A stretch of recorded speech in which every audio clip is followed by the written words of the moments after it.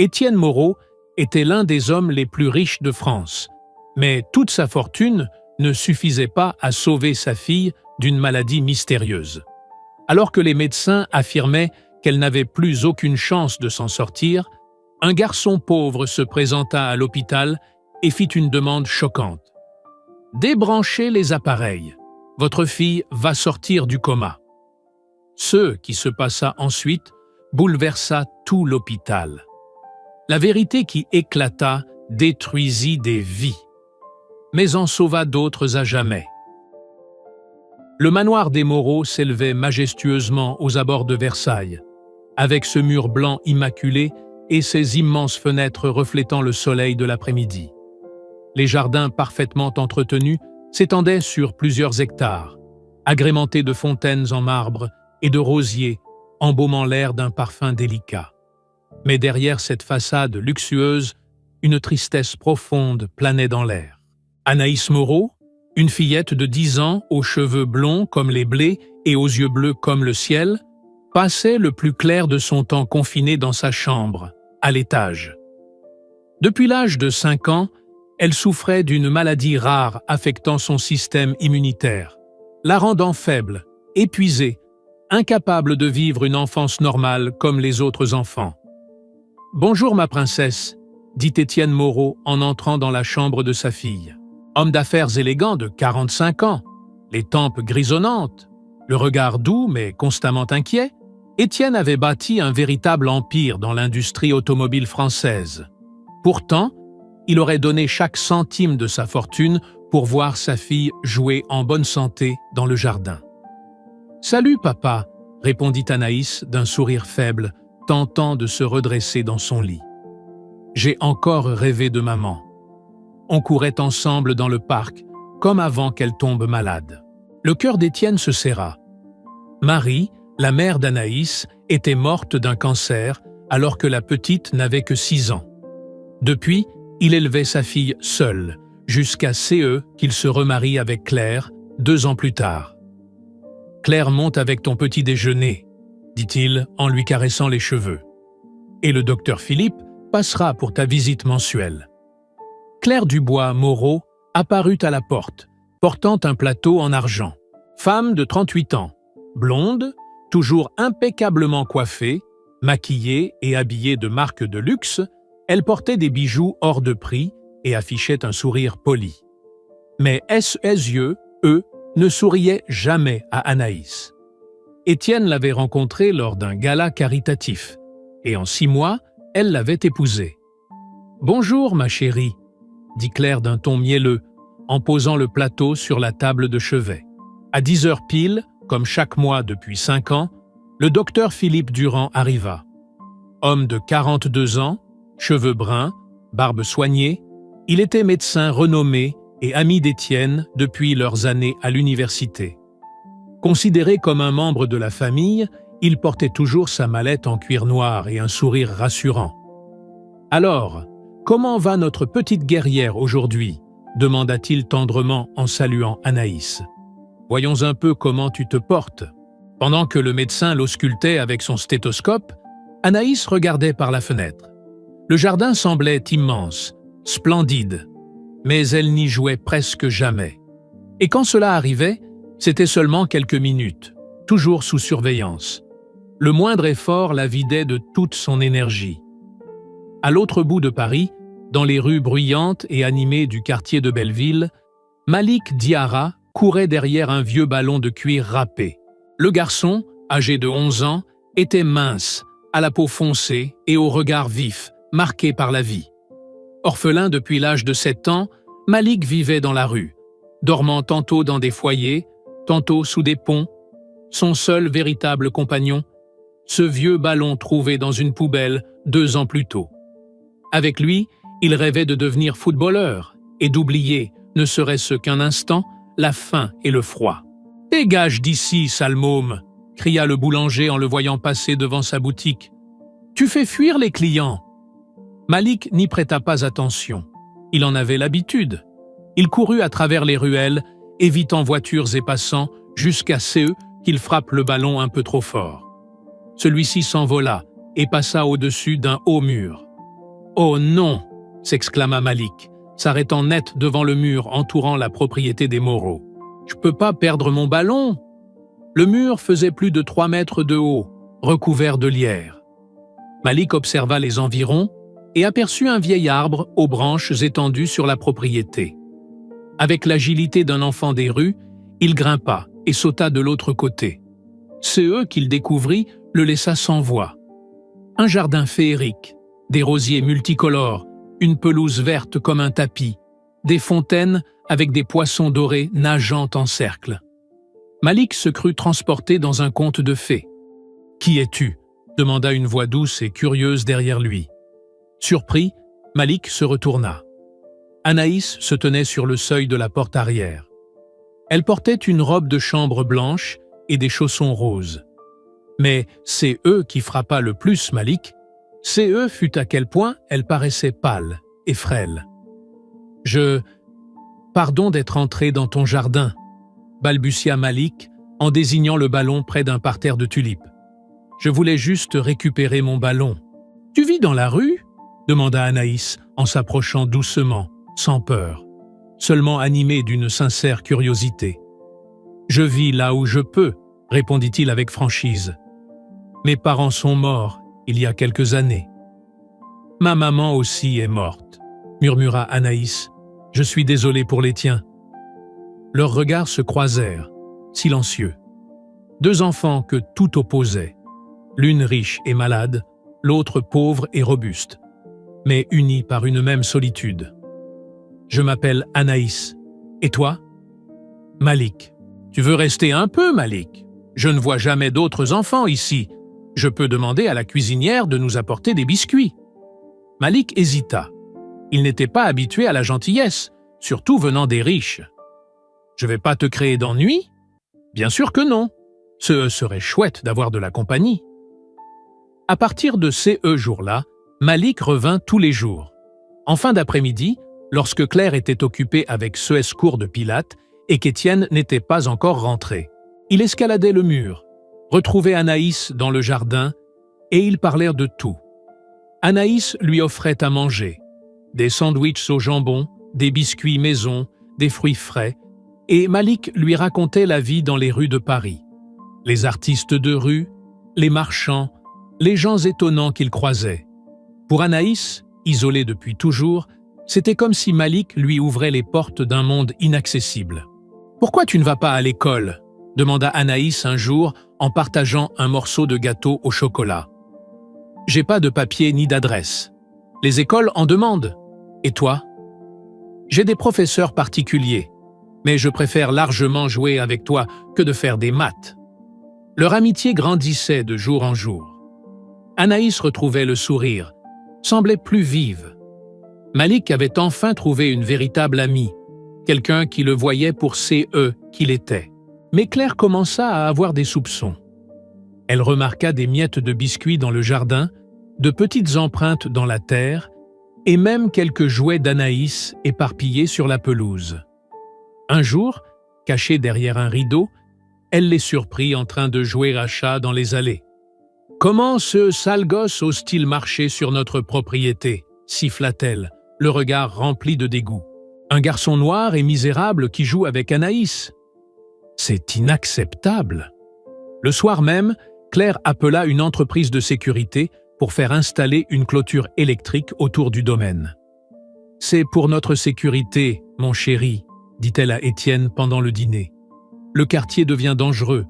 Il y a de plus en plus d'intrusions. »« Tu as sans doute raison, » répondit Étienne, ignorant les véritables intentions de sa femme. Le lendemain, lorsque Malik tenta d'entrer, il reçut une violente décharge électrique en touchant le mur. Il tomba au sol, la main engourdie et douloureuse.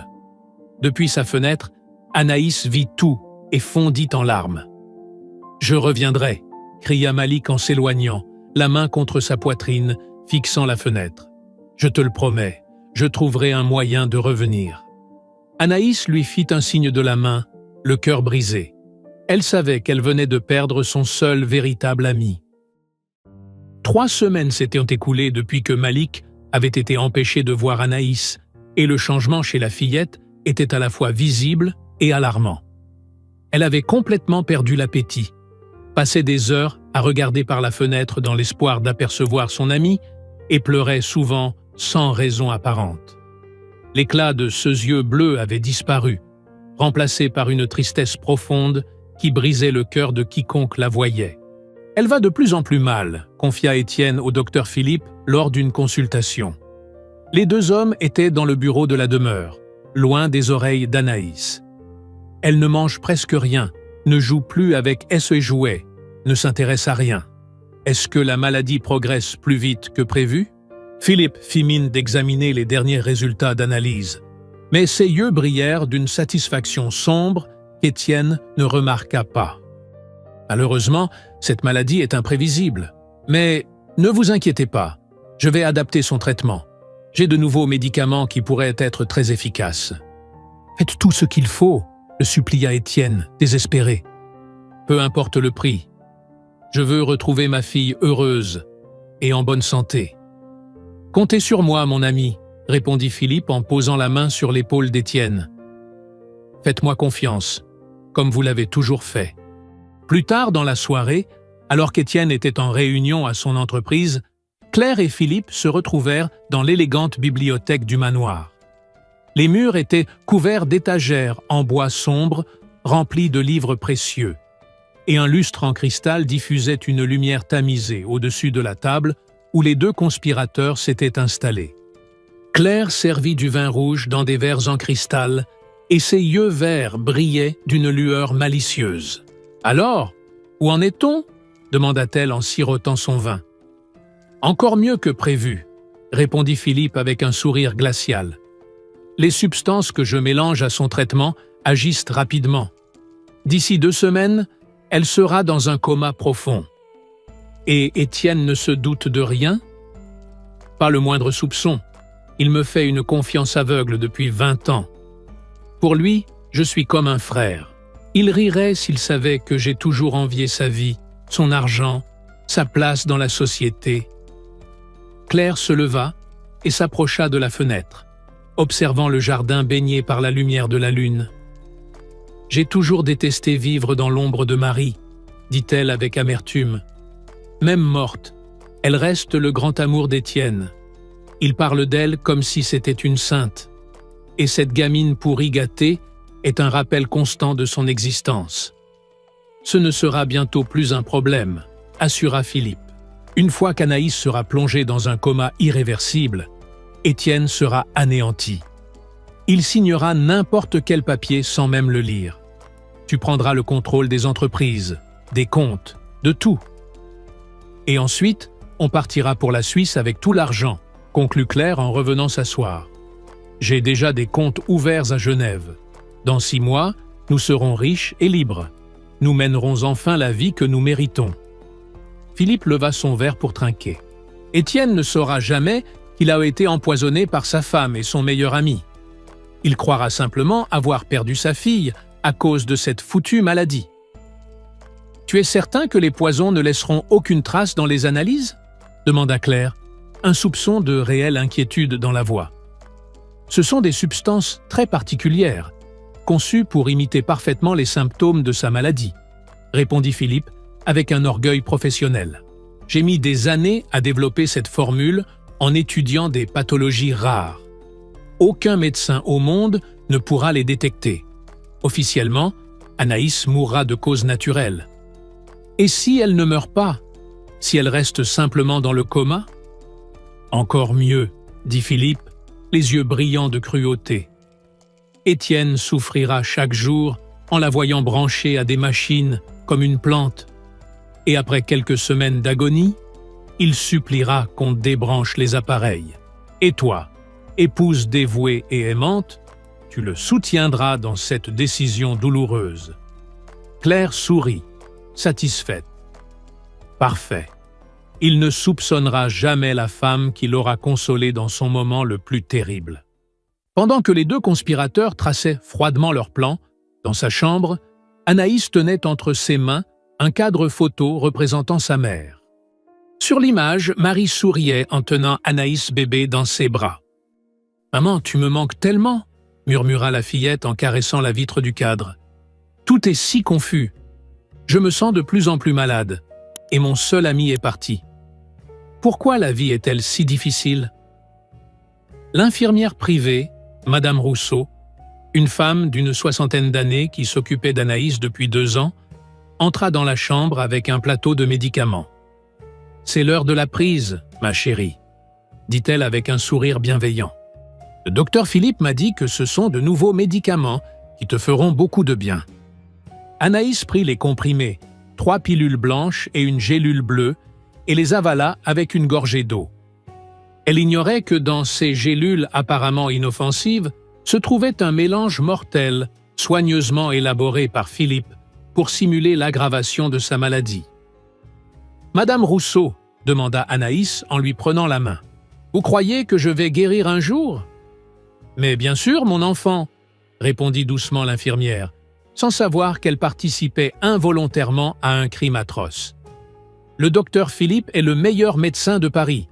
S'il y a une chance de guérison, c'est lui qui la trouvera. » Dans les jours qui suivirent, l'état d'Anaïs se dégrada de façon spectaculaire. Elle avait du mal à rester éveillée. Sa respiration devenait irrégulière et elle ne parvenait plus à avaler que quelques cuillerées de soupe. « Papa, je me sens bizarre, » dit-elle d'une voix faible en serrant la main d'Étienne.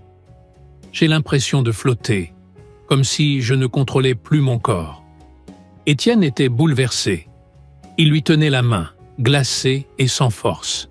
« Le docteur Philippe dit que c'est une phase critique de la maladie, » expliqua-t-il, tentant de se montrer rassurant. « Tu vas aller mieux très vite, ma princesse. Papa te le promet. »« Peut-être qu'il vaudrait mieux l'hospitaliser, » suggéra Claire, en posant une main compatissante sur l'épaule de son mari. Elle aurait de meilleurs soins et un suivi permanent. Étienne regarda sa fille, incapable de garder les yeux ouverts, et prit une décision. « Tu as raison. Philippe, organise son transfert vers le meilleur hôpital de Paris. »« La clinique privée de Neuilly-sur-Seine l'attend déjà, » dit Philippe, qui avait minutieusement préparé cette étape. « Elle y sera, entre de bonnes mains. » Ce soir-là, Anaïs fut transférée dans une ambulance privée vers l'hôpital. Philippe augmenta discrètement les doses des médicaments falsifiés et 48 heures plus tard, la fillette sombra dans un coma profond. Malik n'avait pas pu oublier Anaïs. Pas une seule journée. Chaque matin, il passait devant le manoir des Moreau, espérant apercevoir un signe, un mouvement, une chance de revoir son ami. Mais les volets restaient clos, les jardins semblaient abandonnés et la clôture électrique continuait de repousser toute tentative d'approche. « Où est-elle » se demandait-il sans cesse, une inquiétude pesante lui nouant la poitrine. Ce fut au cours d'une de ses promenades matinales que Malik remarqua quelque chose d'inhabituel. Claire et le docteur Philippe quittèrent le manoir ensemble, parlant à voix basse, l'air grave. Poussé par la curiosité et l'inquiétude, Malik décida de les suivre discrètement. Ils marchèrent jusqu'à un café chic de l'avenue de Versailles, s'installèrent dans un coin tranquille et commandèrent des expressos. Malik se cacha derrière un arbre du trottoir, assez proche pour capter des bribes de leur conversation. « Le plan se déroule parfaitement, » disait Claire en remuant le sucre dans sa tasse. « Elle est tombée dans le coma hier soir. »« Étienne est complètement effondré, » répondit Philippe, une satisfaction évidente dans la voix. « Il signe tous les papiers de transfert de pouvoir que je lui mets sous le nez. Il ne lit même pas. » Le cœur de Malik s'accéléra. Il parlait d'Anaïs. Son amie était dans le coma. « Et quand est-ce qu'elle mourra ?» demanda Claire d'un ton glacial. « Attendons encore quelques semaines. Étienne doit souffrir un peu plus, être psychologiquement brisé, » expliqua Philippe. « Ensuite, on lui suggérera de débrancher les appareils. On dira que c'est le choix le plus humain. Tu es sûr que personne ne se méfiera ? Qui soupçonnerait quoi que ce soit ? Je suis médecin depuis 20 ans, ami de la famille, respecté de tous. Et toi, tu es l'épouse dévouée. » Philippe ricana. « Dans 2 mois, nous serons en Suisse. millionnaire. Malik dut s'appuyer contre l'arbre pour ne pas s'effondrer. On assassinait lentement son ami, et personne ne savait la vérité. Personne sauf lui. Il devait faire quelque chose. Mais qui croirait la parole d'un gamin des rues contre celle d'un médecin renommé et d'une femme si bien vue? Lorsque Claire et Philippe quittèrent le café, Malik les suivit à distance. Ils se rendirent à une clinique privée de Neuilly-sur-Seine, un bâtiment moderne et imposant que Malik n'avait jamais vu auparavant. « Elle doit être là-dedans », murmura-t-il, observant les deux conspirateurs entrer comme s'ils étaient chez eux. Il attendit qu'ils ressortent, puis s'approcha de l'entrée principale. Un agent de sécurité en uniforme l'arrêta aussitôt. « Hé, gamin, tu vas où comme ça ?»« Je veux rendre visite à une amie hospitalisée, » dit Malik en tentant de paraître sûr de lui. Le vigile le regarda de haut en bas, notant ses vêtements usés et ses baskets trouées. Pas d'autorisation écrite, pas d'entrée. Et regarde-toi, c'est une clinique privée ici, pas un foyer pour SDF. Humilié, Malik recula. Mais il ne renonça pas. Il fit le tour du bâtiment à la recherche d'une autre entrée et trouva une fenêtre entr'ouverte près d'un escalier de secours. Avec l'agilité acquise dans les rues, il grimpa par la structure métallique et entra dans la clinique. Les couloirs étaient immaculés, silencieux, imprégnés d'une odeur de désinfectant. Les murs blancs reflétaient la lumière des néons. Marchant sur la pointe des pieds, Malik vérifia les noms sur les portes jusqu'à lire « Anaïs Moreau, chambre 304 ». Lorsqu'il entra et vit Anaïs, Malik eut les larmes aux yeux. Elle était pâle comme un fantôme, branchée à une multitude d'appareils qui émettaient des bips réguliers. « Anaïs, je suis là », murmura-t-il en s'approchant de son lit et en prenant sa main glacée. « J'ai découvert ce qu'ils te font. Je vais te sortir d'ici. » À cet instant, la porte s'ouvrit. Étienne entra dans la chambre. Lorsqu'il aperçut Malik au chevet de sa fille, il resta figé. « Qui es-tu? Comment es-tu entré ici ?»« Je m'appelle Malik, monsieur. Je suis un ami d'Anaïs, » dit-il en se tournant vers lui. « Vous devez m'écouter attentivement. Votre femme et le docteur Philippe empoisonnent votre fille. » Étienne fronça les sourcils, partagé entre confusion et colère. « Qu'est-ce que tu racontes, petit? Comment oses-tu accuser ma femme et mon meilleur ami ?»« Parce que je les ai entendus parler !» s'écria Malik, désespéré. « Ils veulent qu'elle meure pour voler tout votre argent. Ils lui donnent du poison depuis des semaines. »« Tu es fou !» hurla Étienne, le visage écarlate. « Sécurité! Sécurité !» Deux agents de sécurité pénétrèrent précipitamment dans la chambre et saisirent Malik par les bras. « Débranchez les machines, votre fille va sortir du coma !» cria Malik en se débattant. « Je vous en supplie, écoutez-moi, ils la tuent avec ces médicaments. Les machines ne la sauvent pas, elles la maintiennent dans un état artificiel. Foutez ce gosse dehors et qu'il ne remette jamais les pieds ici !» ordonna Étienne en se plaçant entre sa fille et le garçon. Malik fut traîné dans les couloirs, puis jeté sur le trottoir devant la clinique. Ses genoux heurtèrent violemment le bitume, mais la douleur physique n'était rien comparée à son désespoir. « Personne ne me croit », murmura-t-il en essuyant le sang sur sa jambe. « Mais je ne vais pas abandonner. Anaïs a besoin de moi. » Il attendit la tombée de la nuit, lorsque la clinique devenait plus calme. Il retourna par la même fenêtre, mais cette fois, alla directement à la chambre 304. Il prit une chaise, la coinça contre la porte et s'enferma dans la pièce avec son ami. « Pardon, Anaïs, » dit-il en commençant à débrancher les appareils un à un. « Mais je sais que ces tuyaux ne te guérissent pas. Ils te maintiennent malade. » Les alarmes se déclenchèrent dès qu'il déconnecta le premier moniteur. À l'extérieur, il entendit des voix paniquées. « Le gamin fou est revenu !» hurlait Claire. « Il va tuer la fille !»« Appelez la police immédiatement !» criait Philippe. « Ce garçon est dangereux !» Étienne martelait la porte, affolé. « Petit, ouvre cette porte! Tu ne sais pas ce que tu fais. Tu vas tuer ma fille !» Je sais exactement ce que je fais, répondit Malik en criant, tout en débranchant les derniers appareils.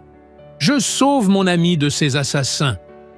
Il retira le dernier tuyau et s'assit près d'Anaïs, prenant ses mains entre les siennes. « S'il te plaît, Anaïs, murmura-t-il, des larmes roulant sur ses joues. Réveille-toi. Montre à ton père que j'ai raison. » Malik demanda une voix faible, rauque. « C'est bien, toi ?» Malik baissa les yeux et vit les yeux bleus d'Anaïs s'ouvrir lentement, se fixant sur son visage. Le cœur du garçon explosa de joie. « Anaïs, tu es réveillée !» s'écria-t-il en souriant à travers ses larmes. « Je savais que tu y arriverais. » La fillette tenta de se redresser, mais elle était encore très faible.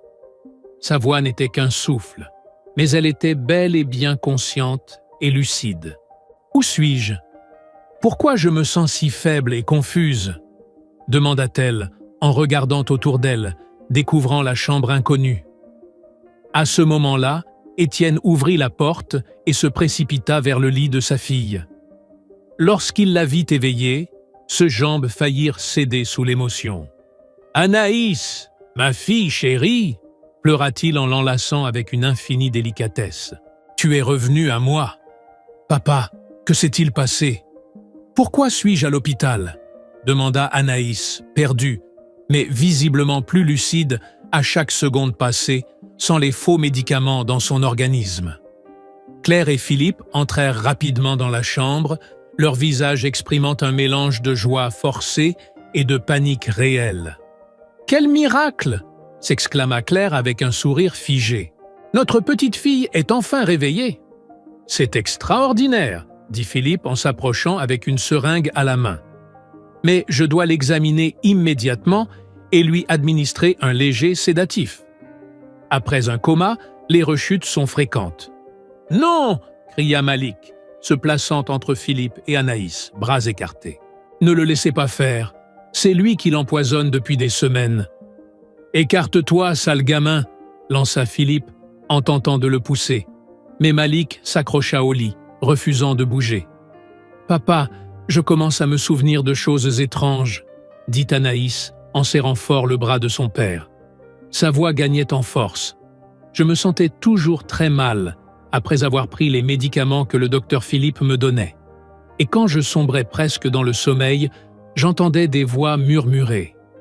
Étienne cessa de repousser Malik et regarda attentivement sa fille. « Quelle voix, ma princesse ?» La voix de Claire. Elle disait des choses sur de l'argent, sur comment tout serait bientôt à elle, dit Anaïs en fixant sa belle-mère. Et celle du docteur Philippe qui parlait des machines, et du moment où tu serais trop faible pour te battre. Claire pâlit visiblement, mais tenta de se ressaisir.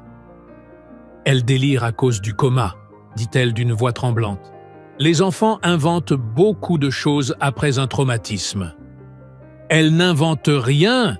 dit Malik fermement. « Je vous ai entendu parler dans un café avenue de Versailles. Vous aviez tout prévu. Vous vouliez la tuer pour voler l'argent de son père. » Philippe tenta de quitter la pièce discrètement, mais Étienne le saisit brusquement par le bras. « Philippe, regarde-moi dans les yeux, » dit-il d'une voix froide et tranchante. « Toi, mon ami depuis 20 ans, le parrain de mon mariage avec Marie, celui qui a tenu Anaïs dans ses bras à sa naissance. Regarde-moi et dis-moi la vérité. As-tu fait quelque chose à ma fille ?» Le médecin détourna le regard. « Étienne, je peux tout expliquer. Ce n'est pas ce que tu crois. »« Expliquer quoi ?» rugit Étienne. « Que tu as empoisonné ma fille ? Que tu as conspiré avec ma femme pour me dépouiller ?» Claire tenta à son tour de rejoindre la porte, mais Malik lui barra le passage. « Il n'est ni fou, ni dangereux, » dit Anaïs avec une voix de plus en plus assurée en désignant Malik. « C'est mon meilleur ami. Il me réconfortait quand j'étais triste et jouait avec moi dans le jardin, quand plus personne ne faisait attention à moi. Jamais il ne me ferait de mal. C'est donc pour ça que tu as fait installer la clôture électrique, » dit Étienne en se tournant lentement vers Claire, l'évidence le frappant de plein fouet. Ce n'était pas pour nous protéger des voleurs. C'était pour empêcher le seul garçon capable de découvrir ces que vous faisiez à ma fille d'approcher. « Et Étienne, mon amour, » tenta Claire avec sa voix la plus douce, « tu ne vas quand même pas croire une enfant sortie du coma et un petit voleur des rues, non ?»« Tu as raison, » répondit-il froidement en attrapant le téléphone de la chambre. « Je ne vais pas vous croire. Je vais croire ma fille. Et je vais croire c'est garçon courageux qui a tout risqué pour la sauver. » La police arriva 15 minutes plus tard. Claire et Philippe nièrent tout jusqu'au bout. Mais lorsque les enquêteurs trouvèrent les substances toxiques dans la mallette de Philippe et les documents bancaires suisses dans le bureau de Claire, il ne restait plus rien à nier. Philippe fut également menotté, criant qu'il avait été manipulé par Claire, tentant vainement de sauver sa peau. 2 semaines plus tard, Anaïs était totalement rétablie. Elle courait et riait dans le jardin du manoir avec Malik. Étienne avait officiellement adopté le garçon, qui avait désormais sa propre chambre, des vêtements neufs et pour la première fois de sa vie, une vraie famille. Le manoir des Moreau ne serait plus jamais le même. C'était devenu un vrai foyer, empli d'amour, de confiance et d'une amitié plus forte que la haine, l'avidité ou le préjugé. La clôture électrique fut démontée dès le lendemain, et les portes du manoir restèrent toujours ouvertes à tout enfant ayant besoin d'aide, de nourriture ou simplement de quelqu'un qui croit en lui. Et chaque soir, avant de s'endormir, Malik regardait par la fenêtre de sa nouvelle chambre et remerciait le ciel d'avoir eu le courage de sauter ce mur des mois plus tôt, alors qu'il ne cherchait qu'un vieux ballon et avait trouvé une famille pour la vie. Si cette histoire vous a touché d'une quelconque manière, laissez-nous un commentaire ci-dessous. Aimez, partagez avec quelqu'un de spécial et abonnez-vous à la chaîne pour découvrir d'autres récits qui nous font réfléchir, ressentir et croire à nouveau.